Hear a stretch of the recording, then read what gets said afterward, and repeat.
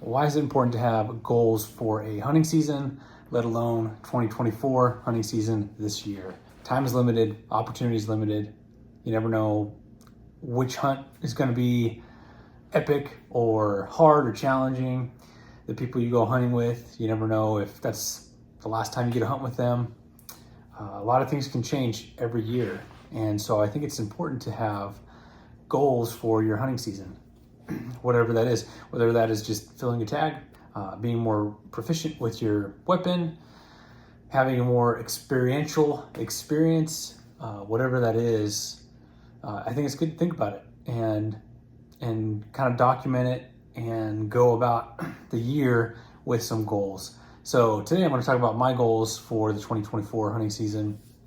It's a different hunting season this year. I don't have a lot of tags. I have basically my archery deer tag and my son's rifle tag. We struck out every other state, every other tag.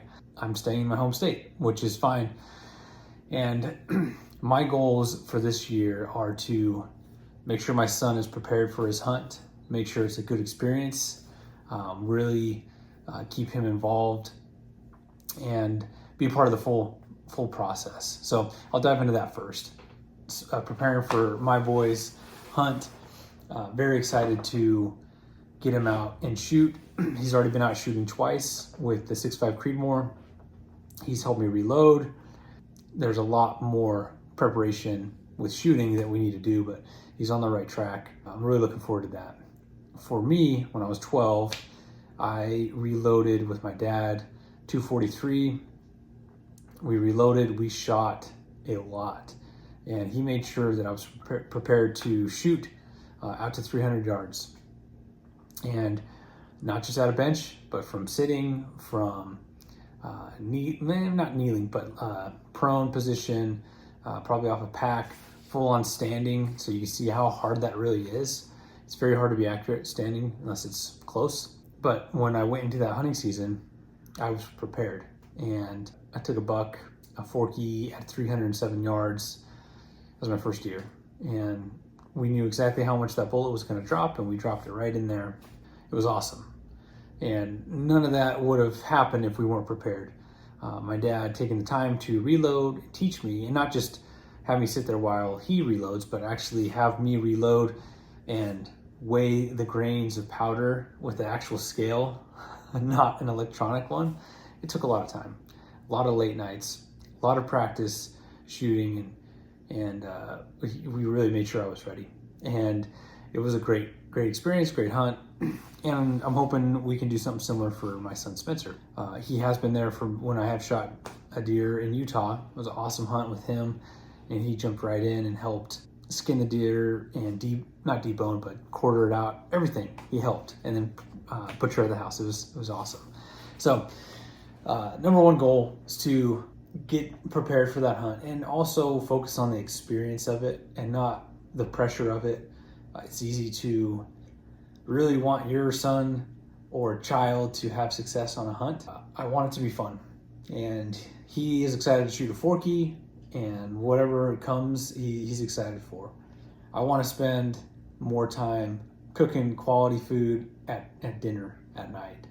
There's nothing wrong with the Mountain House meals and the Peak Refuel meals, but it's quick and it's convenient. They taste good, and that's what we typically do. But I have a lot of good memories from being hunting with family and having a stove, big Coleman stove, and cooking up like a good meal, whether that's a burger or steaks.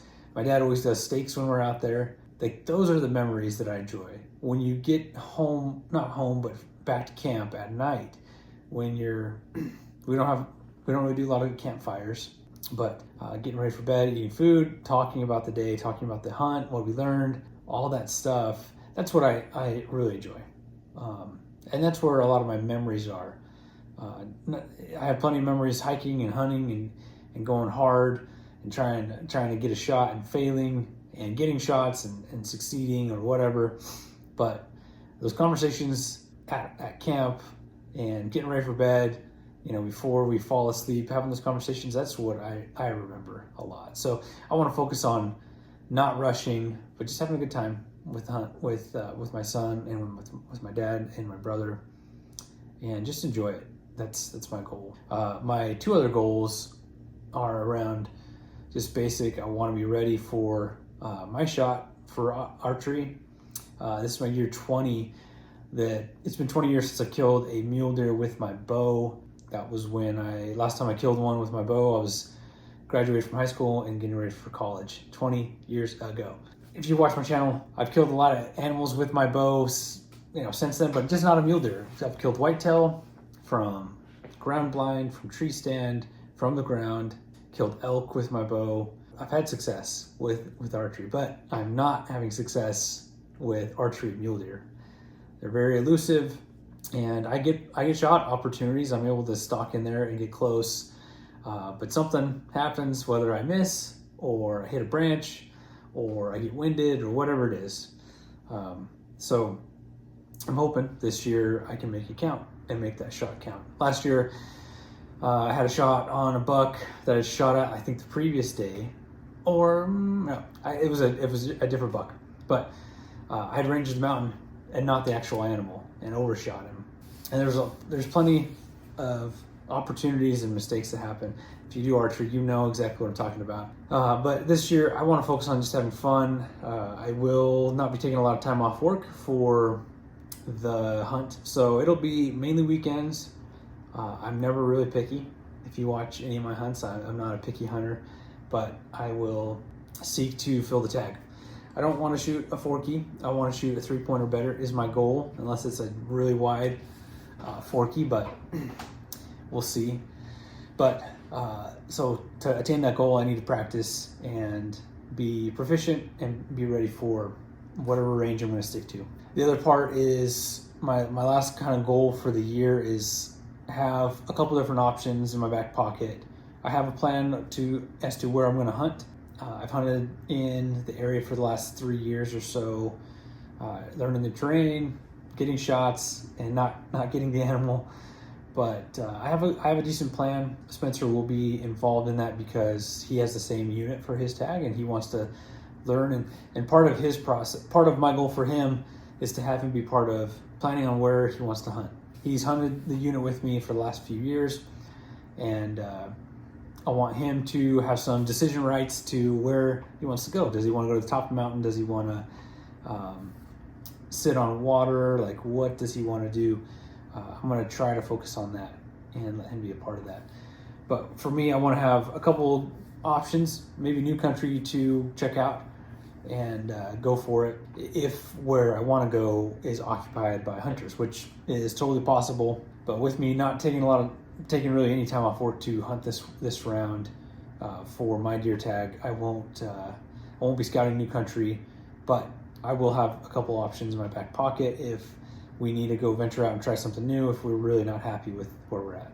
But from past years' experience, I am happy with the opportunities I get in this country in the unit where I'm hunting, and I just need to connect. So that's my plan for the 2024 season. Think about what you want to get out of it, whether you're a whitetail hunter and you just want to fill the tag, or you're trying to get a bigger class, higher quality class of animal. Let us know in the comments. Not everyone's goals are the same. It could be just to take your dad out hunting. It could be to take your family member out hunting, or you to go solo. All these goals are good goals, and we're motivated by different things. For me, I want to get meat in the freezer. I don't have any elk tags in my pocket. I still have elk from last year, but that will run out eventually. So I need to fill my deer tag, and hopefully Spencer can fill his tag.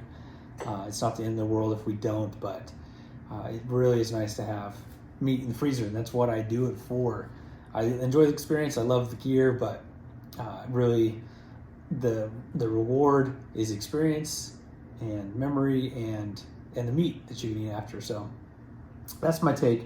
Drop some comments below on what some of your goals are, and let's talk about it in the comments. So check it out. Have a great hunting season. Good luck. Later.